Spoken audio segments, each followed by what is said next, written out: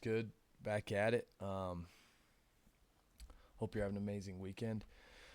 We're going to check out Ohio's 1986 balloon disaster.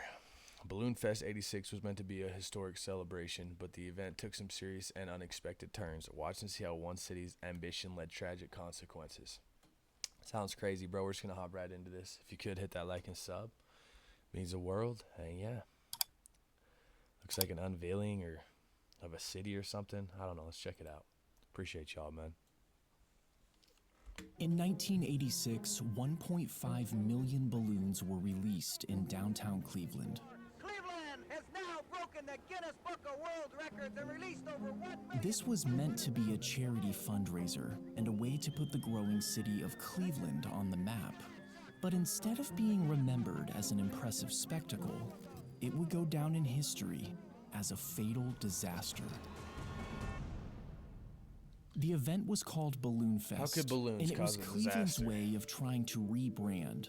You see, at the time, they had a pretty rough reputation, which was exemplified by its well-known nickname. City leaders wanted to prove that Cleveland wasn't a mistake, and that it was well on its way to becoming a world-class city.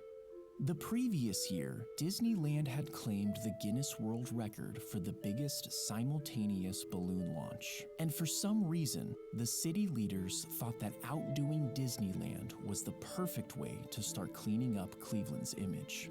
Soon after, the United Way of Cleveland developed their ambitious plan to launch nearly 1,500,000 balloons over the city. Bro, where's The event required balloons that end up 6 going? months Like of falling planning, into the ocean? including That's the just not construction good. of a net the size of a city block. It took thousands of volunteers hours to fill the balloons.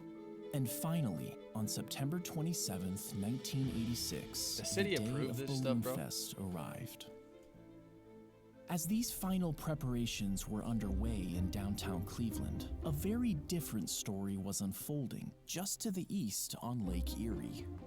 The previous night, a severe storm had rolled through the area. Do want to remind everybody in part of Ohio, we continue with that severe thunderstorm watch until 1 a.m. And about an hour before the storm, 2 men had gone out fishing.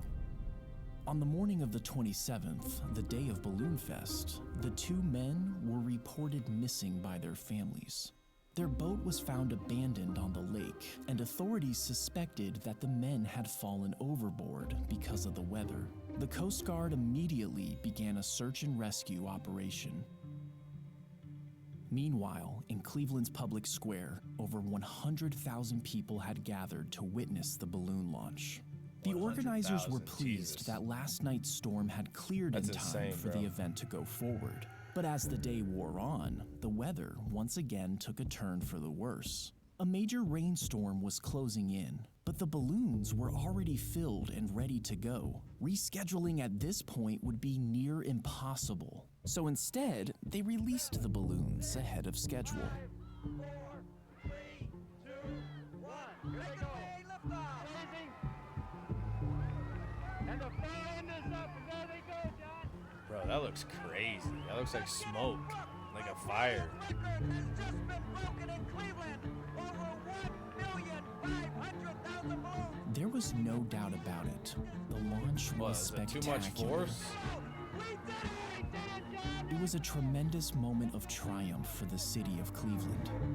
But unfortunately, this moment of triumph did not last long.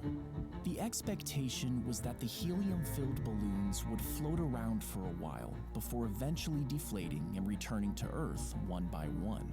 But that wasn't what happened. And the wind has just shifted just enough that the balloons are now trailing fast. This is beautiful. The balloons are coming back this way. They're coming back. The cold air and oncoming rain immediately pushed the still inflated balloons, tens of thousands Still of them, inflated? back down towards the ground in droves. The result was mass chaos. Balloons, 1.5 million of them, caused quite a stir in Cleveland yesterday. It was A part of a northerly wind quickly carried the balloons to Burke Lakefront Airport, and within minutes, the runways were so clogged that all flights had to be suspended.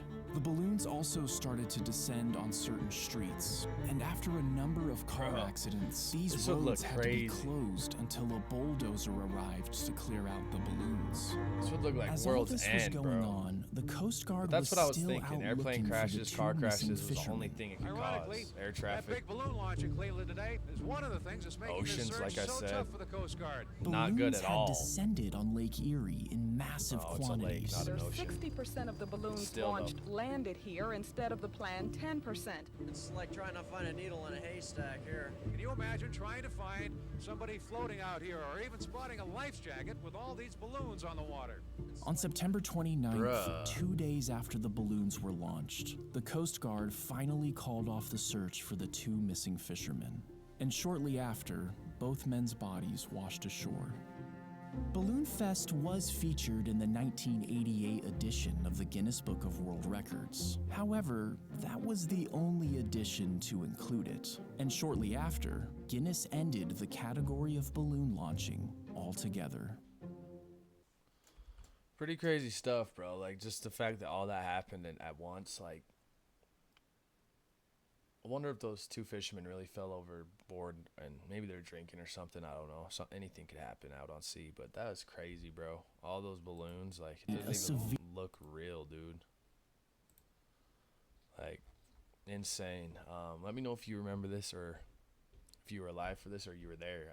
This is my first time seeing about it, but very interesting, and I love learning about stuff like this. But yeah, bro, crazy. R.I.P. to the ones that lost their lives. And yeah, this is strange. I've never seen anything like this, but let me know what you think, bro. I wonder if this is still the world record.